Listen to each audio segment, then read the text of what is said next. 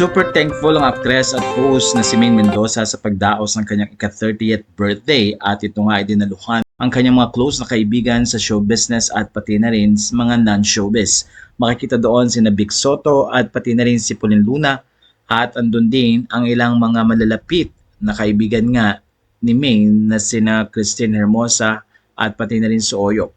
Narito ang ilan sa mga highlights ng nasabing birthday celebration na kung saan ay dinaluhan din ng dating love team ni Maine Mendoza na si Alden Richards. Natuwa ang mga fans dahil very open na nga si Maine at Alden sa kanilang mga public photos and videos at katunayan ito na maganda ang kanilang pagkakaibigan.